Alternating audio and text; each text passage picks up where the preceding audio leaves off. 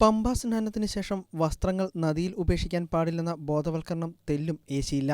നദിയിലും തീരത്തും തീർത്ഥാടകർ ഉപേക്ഷിക്കുന്ന വസ്ത്രങ്ങൾ കുമിഞ്ഞുകൂടുന്നു. വസ്ത്രങ്ങൾ ഉപേക്ഷിക്കുന്നത് അനാചാരമാണെന്നും നദിയുടെ നീരൊഴുക്കിനെ ബാധിക്കുമെന്നും ജലമലിനീകരണത്തിന് ഇത് കാരണമാവുമെന്നും ചൂണ്ടിക്കാട്ടി വിവിധ വിധത്തിലുള്ള ബോധവൽക്കരണങ്ങൾ നടത്തുന്നുണ്ടെങ്കിലും ഇതൊന്നും വിലപ്പോകുന്നില്ല. നദിയിലും പടിക്കെട്ടിൽ നിന്നും അടക്കം വസ്ത്രങ്ങൾ നീക്കം ചെയ്യുന്നതിന് 10ഓളം കരാർ തൊഴിലാളികളെ നിയോഗിച്ചിട്ടുണ്ട്. എന്നാൽ തൊഴിലാളികൾ ഒരു ഭാഗത്തു നിന്നും വസ്ത്രങ്ങൾ നീക്കം ചെയ്തു തുടങ്ങുമ്പോൾ മറുഭാഗത്ത് കുമിഞ്ഞുകൂടുന്ന കാഴ്ചയാണ് പമ്പയിൽ കാണാനാവുന്നത്. വസ്ത്രങ്ങൾ ഉപേക്ഷിക്കുന്നതിനു വേണ്ടി തീരത്ത് 2 ഇടങ്ങളിലായി പ്രത്യേക സംവിധാനം ഒരുക്കിയിട്ടുണ്ട്. എന്നാൽ ഇവിടെ ഉപേക്ഷിക്കാതെ മുങ്ങി നിവരുന്നതിനോടൊപ്പം വസ്ത്രങ്ങൾ നദിയിൽ ഒഴുക്കുന്നത് നിർബാധം തുടരുകയാണ്. ഇതര സംസ്ഥാന തീർത്ഥാടകരാണ് ഇത്തരത്തിൽ വസ്ത്രങ്ങൾ ഉപേക്ഷിക്കുന്നവരിൽ ഏറെയും. തൊഴിലാളികൾ വാരിക്കൂട്ടുന്ന വസ്ത്രങ്ങൾ ആഴ്ചതോറും ലോറികളിൽ ആക്കി കരാറുകാർ തമിഴ്നാട്ടിലെ വിവിധ സ്ഥലങ്ങളിലേക്കാണ് കൊണ്ടുപോകുന്നത്.